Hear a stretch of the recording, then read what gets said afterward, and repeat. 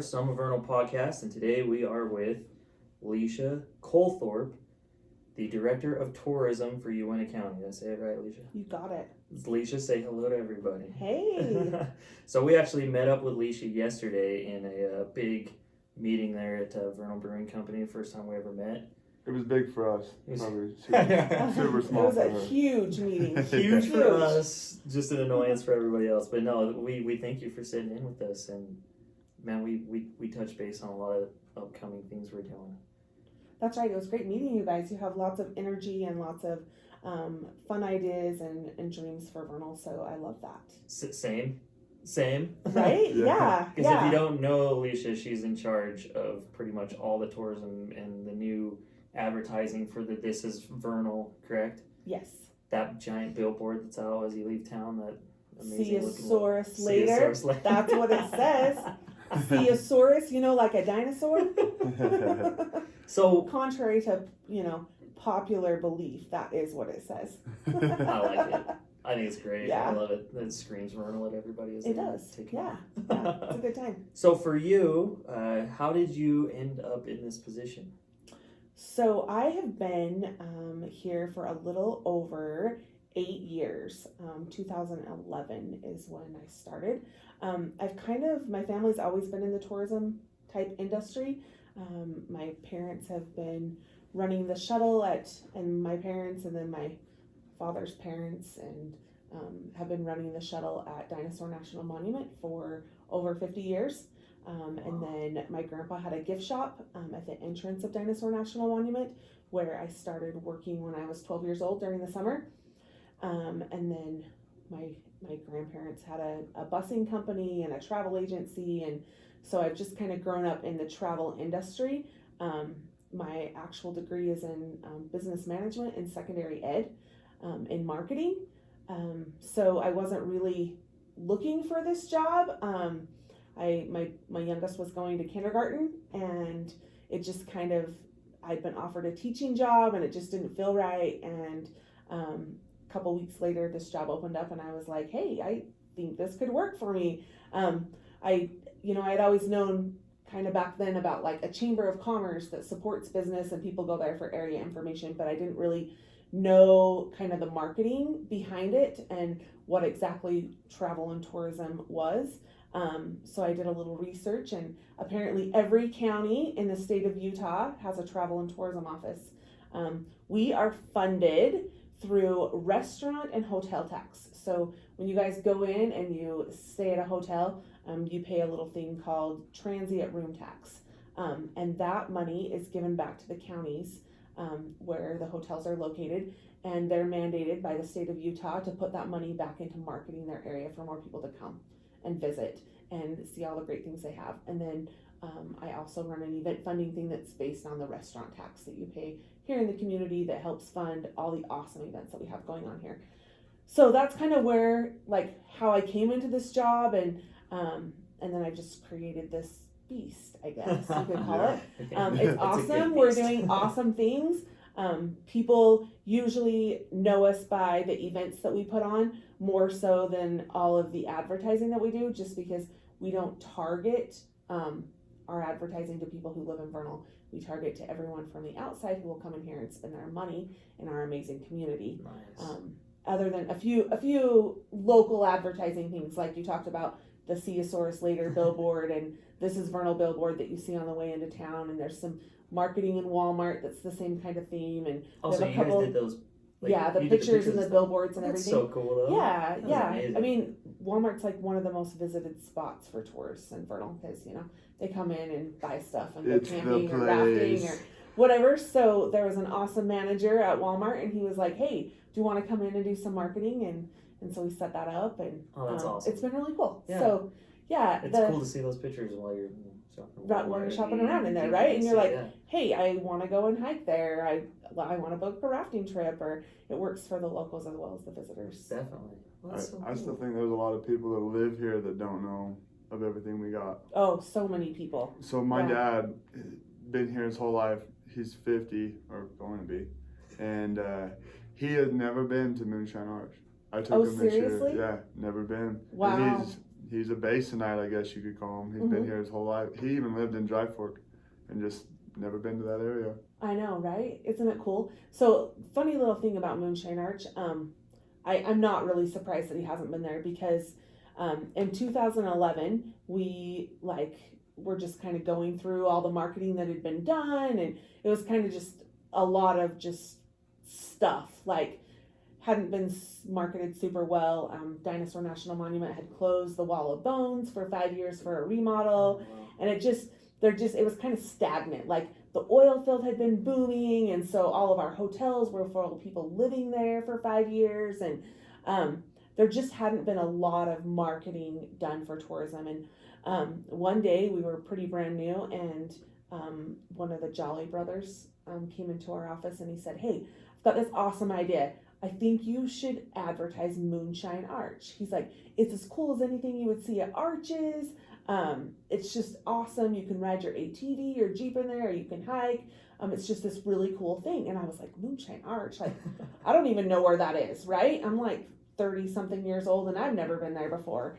And so we're like, okay, that sounds great. And he's like, "I think it's on BLM property." And we're like, okay. So we reached out to the rec planners at the BLM and we're like, "Take us to Moonshine Arch." And they're like, "Okay, it crosses some private property," and which is Ginger's dad, Bill Zimmerman. It crosses some of his property, a few little things as you're traveling in there. And so we asked the BLM, we're like, "Can we market this?" And they're like, "Yeah, sure." Nice.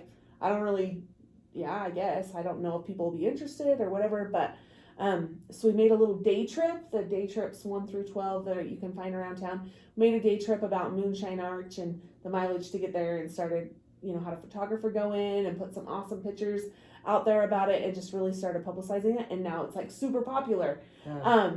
But I'm not surprised that your dad had lived here for 50 years or 49 years or whatever, and he had never been there, because it's kind of tucked away in the rocks just north of Steinecker. And if people don't know about it, it runs north and south. I mean, you don't notice it until you're right upon it.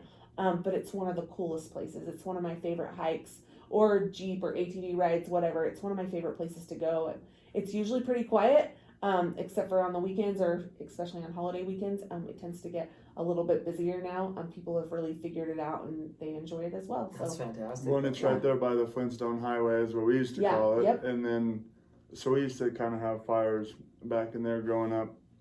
And the only reason I ever knew about Moonshine Arch is we had all just went hiking.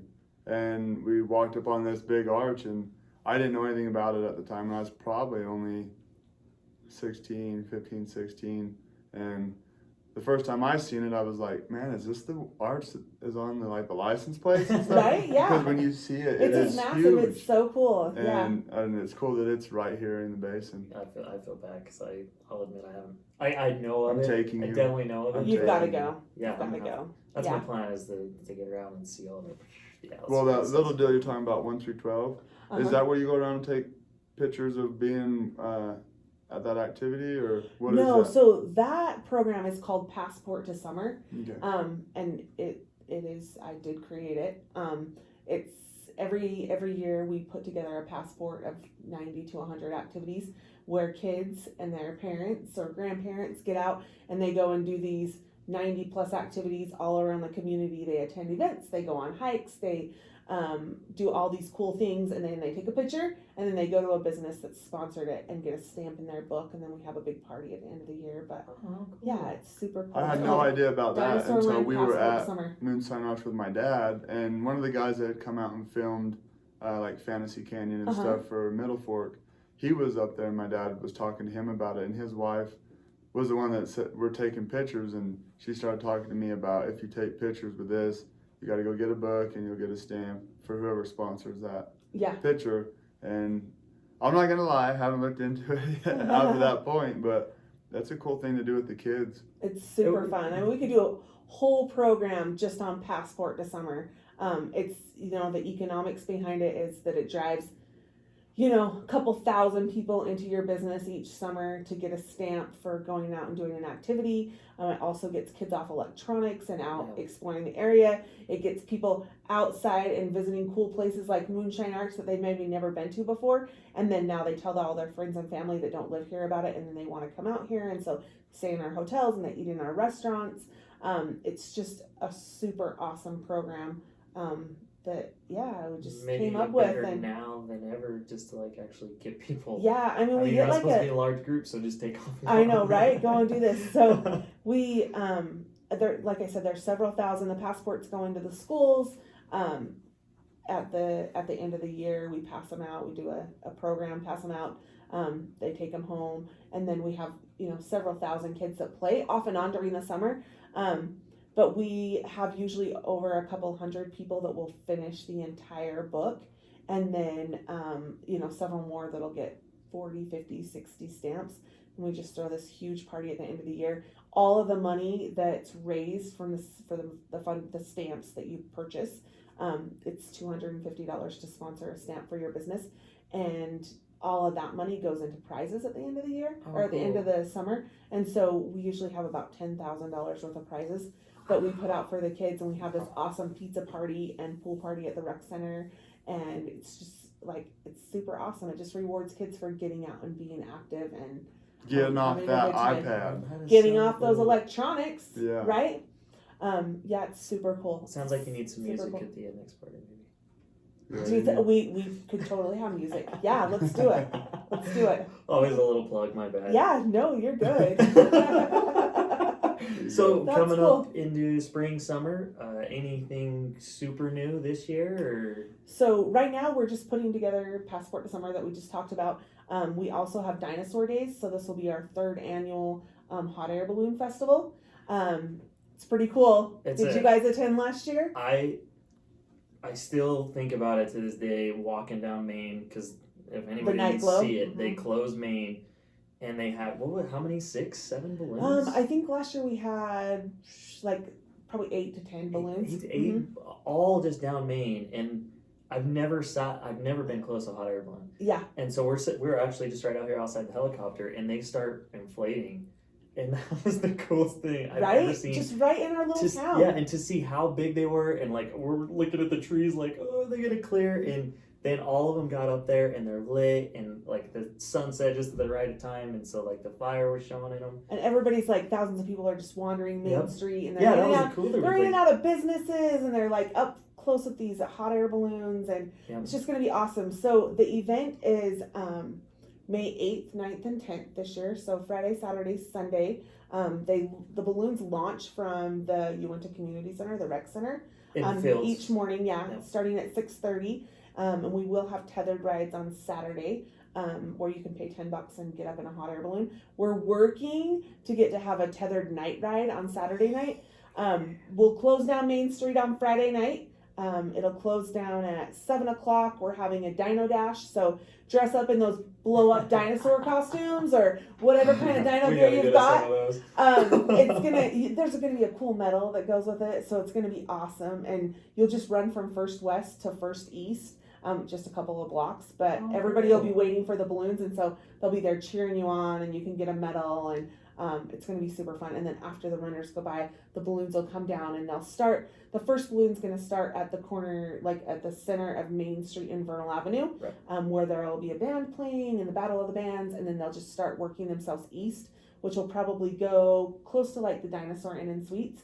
And we'll just have all the balloons up, and you can wander through them, and it's just going to be an awesome night on Friday. And then on Saturday night, we also have a headliner band coming in. I'm not positive what their name is, but they'll be playing on Saturday night. And then on South Vernal Avenue, we hope to have the balloon that'll do some tethered rides. And also we'll have 6 or 8 baskets that'll be called candle sticking. And so they run it to music, like their flames to music. But your kids can jump inside the baskets and pull on the fire and just like get up close with the pilots a little more than when they have their balloons up. Like you get up close to them and can talk to them, but it's not, they have to be in control of their balloon too. And so just a couple of times to really get to know the pilots and come downtown and celebrate Vernal. That's what it's about, right? Cool.